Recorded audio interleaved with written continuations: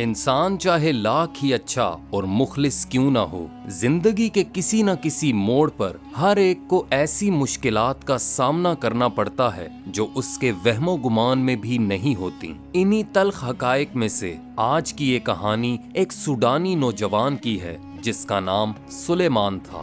سلیمان 25 سال کا تھا جب اس کی شادی ہوئی۔ 2 سال گزر گئے لیکن وہ اولاد جیسی نعمت سے محروم رہا۔ وہ بڑا نیک تھا، نماز اور روزہ کی پابندی کرتا اور ہمیشہ سچائی پر قائم رہتا۔ سلیمان کے مالی حالات بھی درمیانے درجے کے تھے، نہ امیر نہ غریب، لیکن تھا وہ ایک خوددار انسان۔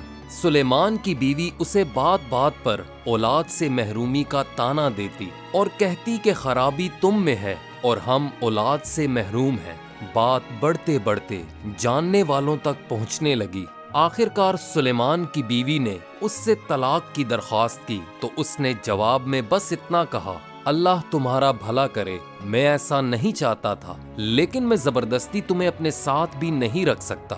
لہٰذا اس نے بوجھل دل کے ساتھ اپنی بیوی کو طلاق دے دی۔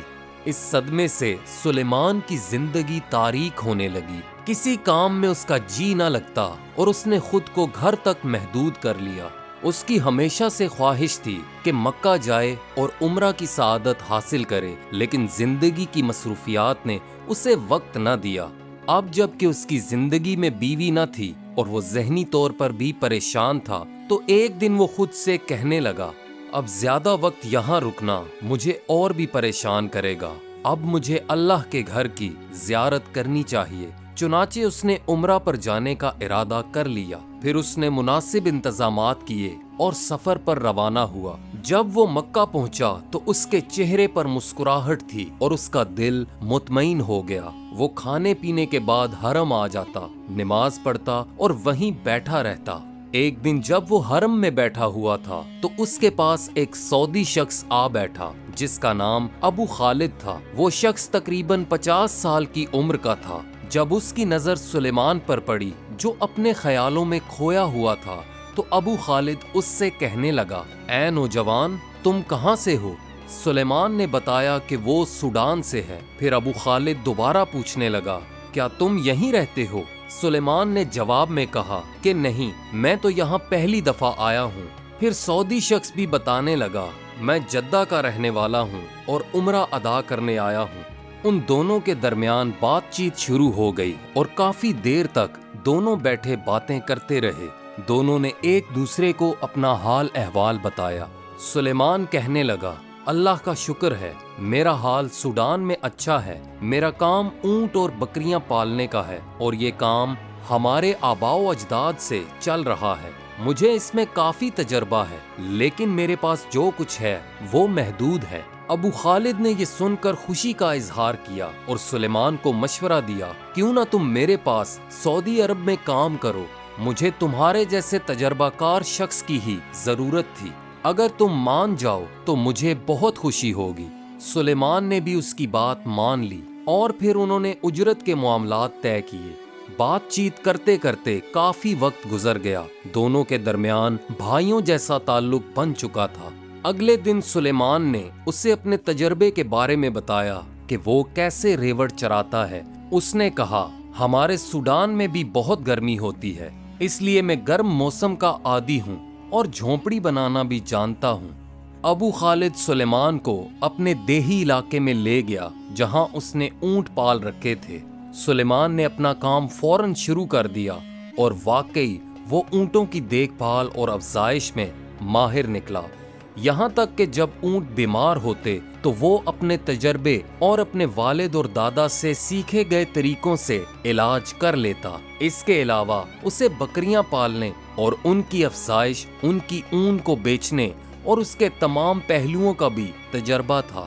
دیہی علاقے کی گرمی سے بچنے کے لیے اسے ایک ٹھکانہ چاہیے تھا تو سلیمان نے اپنے لیے ایک جھونپڑی بنائی جو خوبصورت اور ہاتھ سے بنائی گئی شاندار پناہ گاہ تھی۔ وہاں آنے والے سب لوگ اس کی کاریگری سے حیران رہ جاتے۔ 1 سال، 2 سال اور 3 سال گزر گئے۔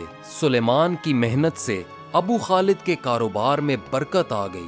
چونکہ سلیمان کی ذمہ داری دیہی علاقے میں تھی تو وہ اپنی تنخواہ کی رقم جمع کرتا رہا، لیکن اس علاقے میں لٹیرے بھی تھے اور اس کے لیے رقم کو محفوظ رکھنا مشکل تھا۔ چنانچہ اس نے ابو خالد سے کہا، میں آپ پر اعتماد کرتا ہوں، اسی اعتماد کی وجہ سے میں آپ کے پاس رکا اور یہاں کام کیا۔ میں چاہتا ہوں کہ میری تنخواہ کی رقم آپ اپنے پاس امانت رکھیں اور جب ضرورت ہوگی میں آپ سے لے لوں گا۔ ابو خالد نے سلیمان کی یہ بات مان لی، لیکن تمام علاقے میں ابو خالد اس حوالے سے مشہور تھا کہ وہ ایک کنجوس انسان ہے۔ وہ پیسہ دینے سے پہلے 1000 بار سوچتا ہے کہ یہ کہاں جائے گا۔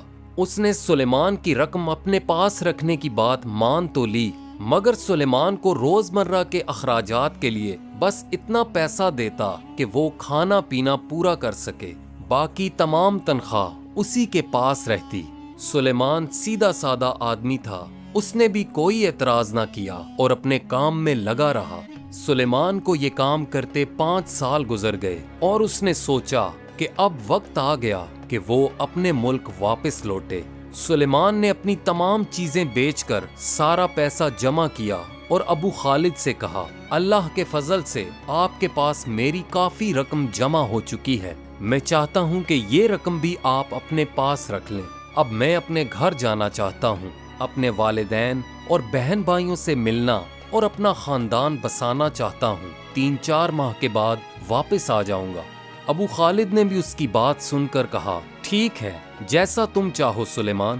لیکن جب 3-4 مہینے گزر گئے اور سلیمان نے واپسی کا ارادہ ظاہر کیا تو ابو خالد اس سے کہنے لگا، سلیمان، میں نے بہت کوشش کی کہ تمہارے جیسا کوئی اور مل جائے، لیکن ایسا نہ ہو سکا۔ تم ابھی مت جاؤ، 2 مہینے بعد چلے جانا، اتنے وقت میں ہو سکتا ہے مجھے تمہارے جیسا کوئی آدمی مل جائے۔ سلیمان نے بھی ہاں میں اپنا سر ہلا دیا۔ جب اگلے 2 سے 3 مہینے گزر گئے تو سلیمان نے سوچا کہ وہ ابو خالد سے بات کرے، لیکن وہ ایسا کر نہ پایا۔ وہ سمجھ رہا تھا کہ ابو خالد کے پاس کوئی وجہ ہے یا اسے کسی اور پر اعتماد نہیں۔ اس کے بعد مزید 4 مہینے گزر گئے اور ابو خالد نے سلیمان سے کہا، دیکھو سلیمان، مجھے تمہاری جگہ کوئی دوسرا تم سے بہتر اور قابل اعتماد نہیں ملا، تم مجھے چھوڑ کر مت جاؤ، اگر تم میرے پاس رک جاؤ تو میں تمہیں اس سے بھی زیادہ پیسے دوں گا۔ سلیمان نے پھر سے ابو خالد کی بات مان لی۔ کچھ دنوں کے بعد جب ابو خالد کو ایک آدمی کام کے لیے مل گیا تو وہ اس آدمی کو اونٹوں اور بکریوں کے پاس چھوڑ کر سلیمان کو اپنے گھر ساتھ لے آیا۔ دیکھو سلیمان، میں تمہارے جیسا قابل اعتماد آدمی کھونا نہیں چاہتا۔ مجھے ایک آدمی مل تو گیا ہے، لیکن میں چاہتا ہوں کہ تم میرے ساتھ میرے گھر چلو اور وہیں کچھ عرصہ میرے ساتھ کام کرو، میں تمہیں اس سے بھی زیادہ رقم دوں گا۔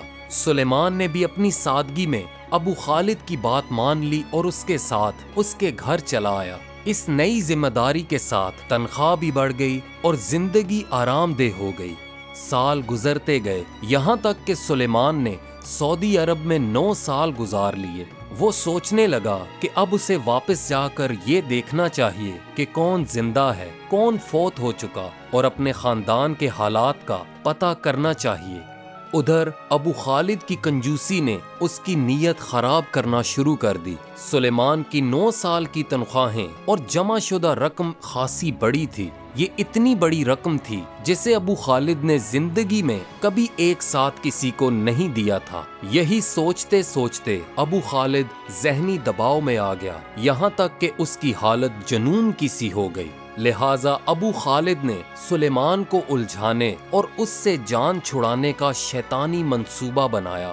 وہ روزانہ کسی نہ کسی طریقے سے سلیمان کو ٹالتا رہا، لیکن پھر ایک دن کچھ سپاہی آئے اور سلیمان کو گرفتار کر لیا۔ وہ حیران ہو کر پوچھنے لگا، کیا ہوا؟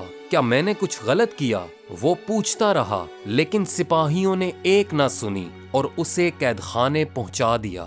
وہاں پہلے سے ابو خالد اپنی بیوی کے ساتھ موجود تھا۔ سلیمان نے سپاہیوں سے پوچھا کہ مجھے یہاں کیوں لائے ہو؟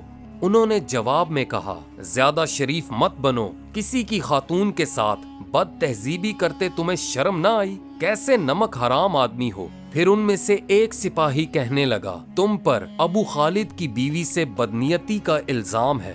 سلیمان کے لیے یہ الزام ناقابل برداشت تھا۔ اس کی دیانتداری اور کردار پر سوال اٹھایا گیا تھا، لیکن حیرت کی بات یہ تھی کہ ابو خالد کی بیوی نے بھی گواہی دی کہ سلیمان نے اس کے ساتھ بد اخلاقی کی کوشش کی تھی۔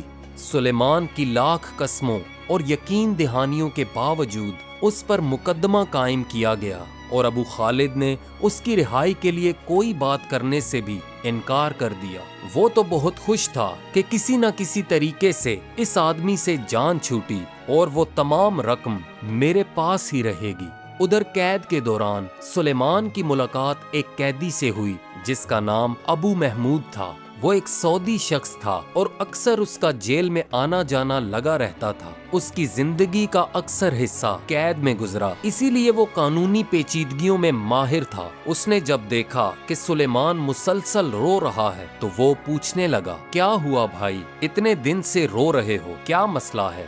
سلیمان نے روتے ہوئے جواب دیا کہ وہ بے قصور ہے اور اس پر جھوٹا الزام لگایا گیا ہے۔ ابو محمود نے کہا، یہاں تو سبھی یہی کہتے ہیں کہ وہ مظلوم ہے۔ پھر سلیمان نے پوری داستان سنائی، لیکن حیرت کی بات یہ تھی کہ ابو محمود اس کی ساری داستان سن کر ہنسنے لگا۔ سلیمان کو غصہ آیا اور کہنے لگا، آپ میرا مذاق اڑاتے ہو جبکہ میری زندگی برباد ہو گئی۔ ابو محمود نے اسے تسلی دیتے ہوئے کہا، اگر تم میرا کہا مانو گے تو تمہیں اس مقدمے سے ایسے نکالوں گا جیسے مکھن سے بال نکلتا ہے۔ سلیمان نے حیرت سے کہا، وہ کیسے؟ خدا کے لیے مجھے بتاؤ۔ پھر اس قیدی نے سلیمان کو اپنے پاس بلایا اور اس کے کانوں میں کوئی بات کی اور کہنے لگا، جو میں نے تم سے کہا ہے اس پر عمل کرنا۔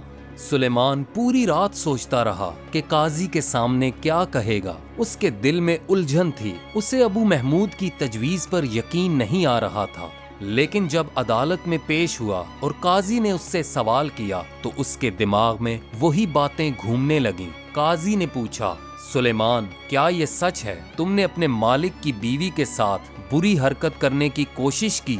سلیمان نے ہمت کی اور ابو محمود کی بتائی ہوئی بات پر عمل کرتے ہوئے کہنے لگا، جی ہاں قاضی صاحب، یہ درست ہے اور ہم کئی مرتبہ ملاقاتیں کر چکے ہیں۔ جب سلیمان نے یہ بات کہی تو عدالت میں کوہرام مچ گیا۔ قاضی نے حیرت سے دوبارہ سوال کیا اور ابو خالد اور اس کی بیوی کو بھی سوالیہ نظروں سے دیکھنے لگا۔ ابو خالد کی بیوی کا چہرہ شرم سے سرخ ہو گیا اور اس نے اپنا سر جھکا لیا، لیکن پھر وہ غصے سے بول اٹھی، قاضی صاحب، یہ سب جھوٹ ہے، میرا اور اس کا کوئی تعلق نہیں، یہ سب ابو خالد کا منصوبہ ہے۔ ابو خالد نے مجھ سے کہا تھا کہ اگر میں تعاون کروں اور جھوٹ بولوں تو وہ مجھے بھی بڑی رقم دے گا، لیکن یقین مانے میرا اس شخص کے ساتھ کوئی تعلق نہیں۔ جیسے ہی اس کی بیوی نے سچائی بیان کی، ابو خالد کے چہرے کا رنگ بدل گیا۔ اس نے بھری عدالت میں بے نقاب ہونے کی توقع نہ کی تھی کہ اس نے خود ہی یہ سازش تیار کی تھی تاکہ سلیمان کو اس کی رقم ادا نہ کرنی پڑے۔ پھر قاضی نے معاملے کو سمجھتے ہوئے فیصلہ دیا کہ سلیمان کو فوری بری کر دیا جائے اور ابو خالد کے خلاف کارروائی کی جائے۔ ابو خالد کی سازش اور لالچ نے اسے رسوا کر دیا اور دوسری طرف سلیمان عزت اور حق کے ساتھ اس آزمائش سے نکل آیا۔ ابو خالد کو 3 مہینے قید کی سزا سنائی گئی۔ حالانکہ سلیمان نے معاوضہ لینے کے بعد اسے اپنی طرف سے معاف کر دیا تھا، لیکن قاضی نے انصاف کے معاملات کو مد نظر رکھتے ہوئے اس کی سزا معاف نہ کی۔ سچ کہتے ہیں، جو کسی کی برائی چاہے اور اس کے لیے گڑھا کھودے تو وہ ایک دن خود اسی گڑھے میں جا گرتا ہے۔